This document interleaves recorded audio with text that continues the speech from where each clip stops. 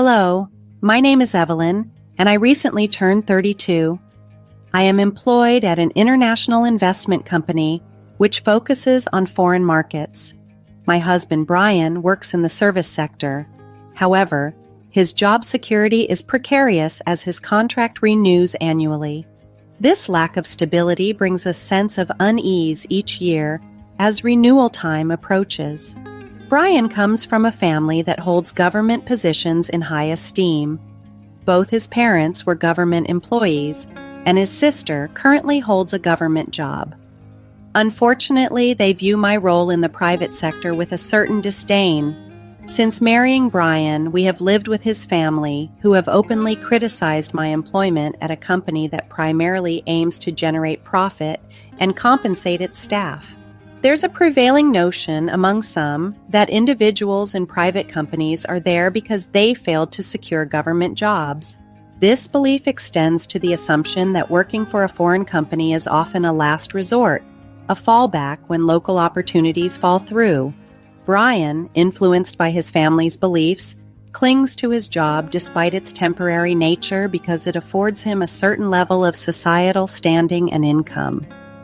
Once, during a particularly anxious moment about his job security, I asked Brian whether a permanent position in a regular company might be safer than his temporary government role, especially as the fiscal year wound down. He responded quickly, suggesting that if he couldn't be a civil servant, he'd rather not work at all.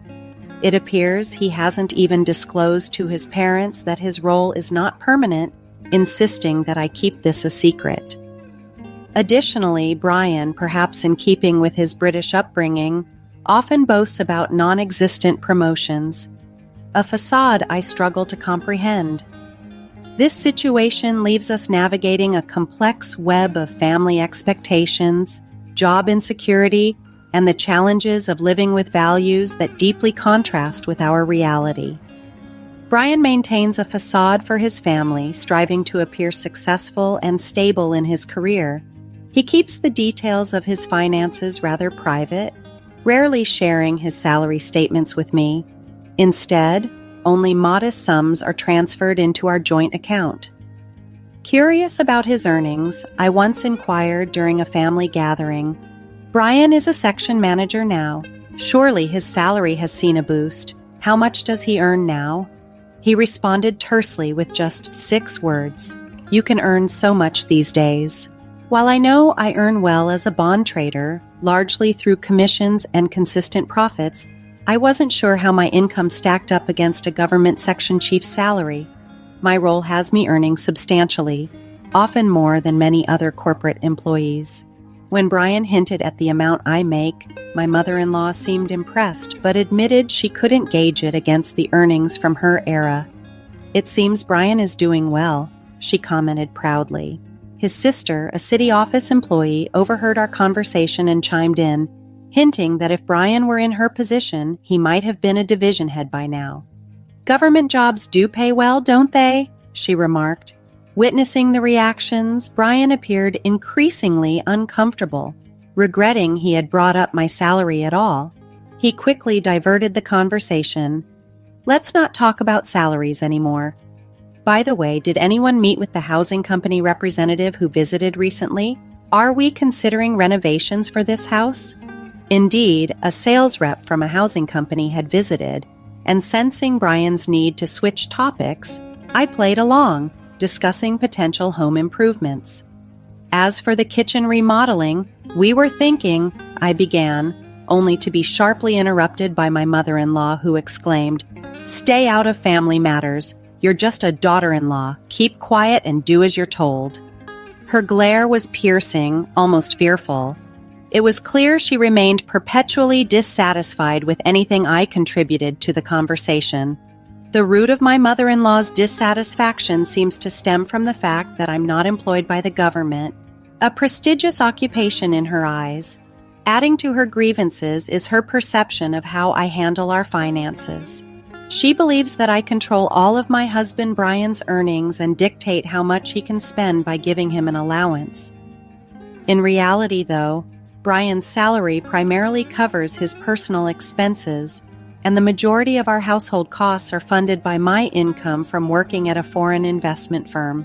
My sister-in-law, who lives with us as well, does not contribute financially to the household. She often makes remarks that hint at her belief that we are financially comfortable and don't need her help. You're taking money from an elderly couple who only have their pension, and Brian earns a lot, so you're not struggling, right? She says, not showing any willingness to assist with expenses. Living in my husband's family home does save us from the burden of rent, allowing us to get by on my salary alone, but it does create a palpably tense atmosphere. After dinner, as discussions about possibly working with a housing company arose, I found myself excluded and chose instead to busy myself by cleaning up the kitchen. Neither my mother-in-law nor my sister-in-law lifted a finger to help with the chores. After cleaning, I quickly returned to the routine of cooking, cleaning, and laundry, tasks I undertake daily without respite. One of the benefits of my job at the foreign company is the absence of required overtime.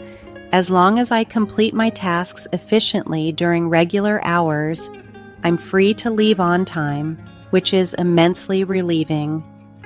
This arrangement allows me to maintain a clear boundary between my work and personal life, ensuring I don't have to carry job-related stress into our home, a significant advantage indeed. On his days off, Brian often stays busy with his computer at home.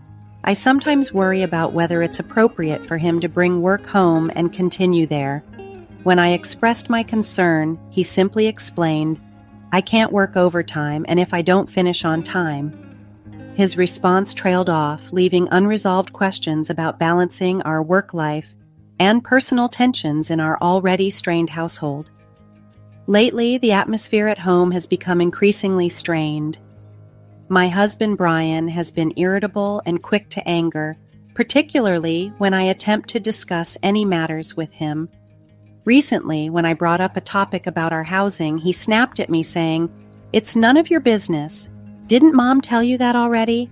Just follow the rules. That's all you need to do." Despite my efforts in managing both the household chores and our finances, his approach of keeping me excluded from certain discussions leaves me feeling sidelined and undervalued. One day, a representative from a home building company visited my in-laws' residence. Everyone, except for me, gathered around a computer to discuss floor plans and view housing designs. Curious, I approached to see what was being planned over a cup of tea, but was sharply rebuked with a, "You don't need to see this, go away."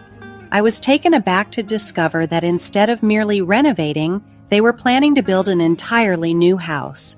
My father-in-law had mentioned wanting more space since our current home was feeling cramped, and it seems they are moving forward with these plans. My in-laws, both retired from government jobs, have amassed a considerable sum from their pensions. Since I moved in, they have been living off this pension without contributing to daily living expenses, so they likely have a significant amount saved for this new construction. Choosing to distance myself from the ongoing housing discussions, I can't help but worry about future arrangements, especially concerning my sister-in-law, who is 29 and might soon decide to marry. I wonder if she plans to reside in this new house as well, which could further complicate our already delicate family dynamics. Although there hasn't been an explicit discussion about it, I'm assuming my sister-in-law will be residing in the new house. My feelings toward her mirror those I hold for my mother-in-law. Neither is particularly helpful with household chores, and both are often found complaining. I find myself silently hoping she will marry soon and perhaps move out. However, during a conversation with the home builder, my father-in-law expressed a desire for the new house to accommodate multiple families. "Can we add another room? I want a house where my daughter and her future husband, my son, and us can all live together," he said. This revelation was unexpected, especially since it hinted at a future where my sister-in-law's potential husband might also join us under the same roof. Shockingly, there was no mention of it being my and Brian's family home, just Brian.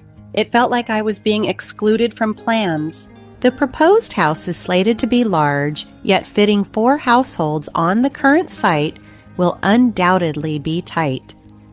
While my in-laws and sister-in-law seem to be spearheading the building project, I find myself without a voice in the matter.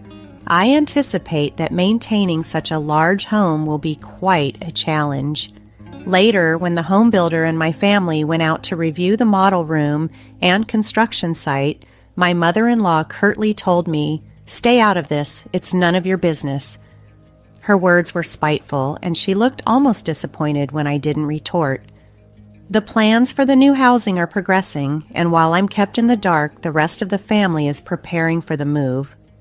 Seeing my husband inactive and disengaged, I questioned him, "Aren't you going to help with the move?" His response was abrupt and tinged with annoyance. "Why should I? Aren't you the one handling it?" This confused me even further. Why was he angry when I was merely trying to understand our plans, especially when I felt so out of the loop about when and where we were moving? As time went on, and whenever I found a moment, I began to prepare for the move in whatever ways I could, still puzzled and frustrated by the lack of communication and the apparent expectations placed upon me. As the days drew closer to the mysterious moving day, I methodically packed our belongings, keeping mine separate from my husband's. My patience with my mother-in-law's hostile demeanor was waning, and I harbored growing suspicions about my husband's secretive discussions concerning the new house. Out of sheer necessity, I asked him, "When are we moving?" His response was dismissive and curt. "Just get ready, you don't need to know, that's it." From snippets of overheard mealtime conversations, it seemed the move was imminent, yet oddly, no one deemed it necessary to inform me directly. It was as if they viewed me merely as a temporary housemate, not a family member. The reality of our situation abruptly became clear when the movers showed up unannounced while I was cleaning up after breakfast. "Leave them. We'll buy new ones," my mother-in-law said nonchalantly, then added, "By the way, do you plan to move into the new house with us?" Her tone was probing, almost taunting, and in that moment, I realized that they had been deliberately excluding me from discussions about the new house and had been secretive about the moving day as part of a calculated plan to oust me from the family home. My husband, standing silently behind my mother-in-law, laughed along but said nothing, indicating his probable agreement with their scheme. I had anticipated something like this might happen, which is why I had packed my things separately. Now, faced directly with their animosity, my mother-in-law coldly declared, "From now on, only the family will live here. Do as you wish." My sister-in-law, who looked genuinely worried, probably thought I would beg to join them, tearfully pleading my case. Not satisfied with my calm demeanor, my mother-in-law snapped harshly, "Anyone who relies on someone else's earnings should leave now. Brian will build the new house and pay off the loan with his salary. We don't need a freeloader." Her words were laced with anger, but ironically, I was the one who had been planning to leave all along. When I discovered that the financial plan for the new house hinged on my husband Brian repaying the mortgage with his salary, I nearly laughed aloud. It was clear from his expression that he had been left out of the loop. His surprise was palpable as he found himself unable to challenge his visibly irate mother and chose silence instead. His parents seemed convinced that they could preserve their retirement funds, placing the burden of the new home's financial obligations squarely on Brian's shoulders. This revelation only solidified my decision, and I shared my plans with a calm smile. "Got it. I've decided to proceed with divorcing Brian." The news didn't sit well with my mother-in-law, who erupted in shouts. However, my father-in-law and sister-in-law intervened, pulling her away and leaving Brian and me alone in the old house. With the new house address in hand, reluctantly given by Brian after I insisted, I would need it to send the divorce papers. I prepared for my departure. A friend assisted me in moving my few belongings. Before leaving, I took a final step to separate our intertwined lives. I transferred all public utility bills from my in-laws' house into Brian's name. Returning to my parents' home gave me a temporary respite to regroup. Once settled, I visited the impressive new 4-family home where Brian and his family had moved. Upon arriving, my mother-in-law immediately confronted me, her tone sharp and unwelcoming. Ignoring her outburst, I approached Brian, divorce papers in hand, and requested his signature. As we stood there, about to finalize the end of our chapter together, my mother-in-law turned to him, likely to intervene or express her disapproval once more. As I stood in the grandiose new home my in-laws had moved into, my mother-in-law, unable to contain her scorn, mocked me in a sarcastic tone. "Useless wife. It's because she's not a government worker. Hurry up and say it." Facing her directly, I couldn't help but retort with a touch of irony myself. "What a splendid house. Are you sure you can manage it on Brian's salary?" Her face flushed with anger as she sharply told me, "You're the outsider now, so don't concern yourself with us. Take the divorce papers and leave." I took a moment longer to observe my husband's pale, shocked expression, a silent testament to the gravity of our situation. With the divorce papers in hand, I promptly left their house, my mother-in-law's furious gaze following me out. I headed straight to the town hall to submit the divorce documents, determined to leave that chapter behind and start anew. Feeling drained from the tumult of married life, I decided to live alone, settling into a small apartment close to my work. This new space was just what I needed, free from the constant disputes and the exhausting expectations to uphold a household single-handedly. Life became significantly more peaceful without roommates boasting about government employment or shirking household responsibilities. Just as I was beginning to enjoy my newfound tranquility and put thoughts of my husband behind me, an unexpected call disrupted the calm. An unfamiliar number appeared on my phone. It was Brian using a friend's phone. His voice cracked as he pleaded, "I can't pay the loan, Evelyn. Will you come back to me? I can't afford the mortgage, electricity, water bills, or even my phone bill." Assuming he could turn to his family for support, I replied, "Your sister has a stable job and your parents are retired with pensions. They should have some savings, right?" Dismissing his plea, I was prepared for him to reach out to them. However, my ex-husband then reluctantly confessed, revealing more about his desperate situation. As I listened to my husband on the phone, it became painfully clear that his family's financial stability was a facade. Their retirement savings had been devastated by an investment scam, and his sister had accumulated considerable debt through excessive use of credit cards.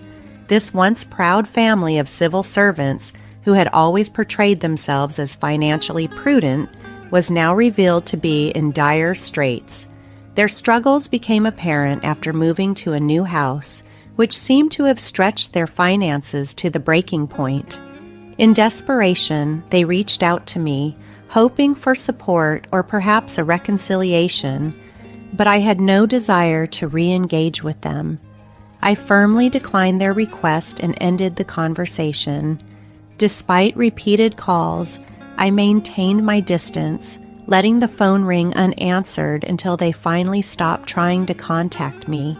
Curiosity led me back to their neighborhood sometime later, where I was greeted by the sight of a "for sale" sign outside their recently acquired home.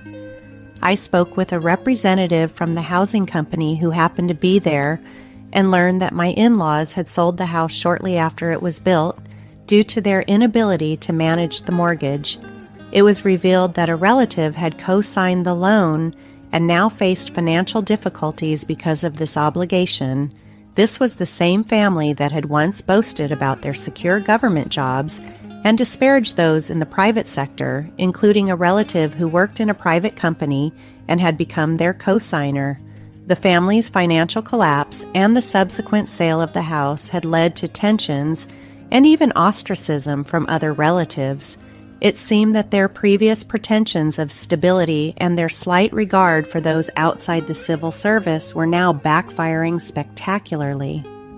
As I settled into my sofa at home, the irony of the situation struck me. I couldn't help but chuckle at the thought of my ex-husband and his family, who had once taken pride in their government status, now viewed as burdens by their relatives. They no longer had anyone to impress with tales of bureaucratic importance, and instead, they had become a cautionary tale of financial mismanagement and misplaced pride. The absurdity of their predicament was a stark contrast to the quiet contentment of my own simpler, more genuine lifestyle.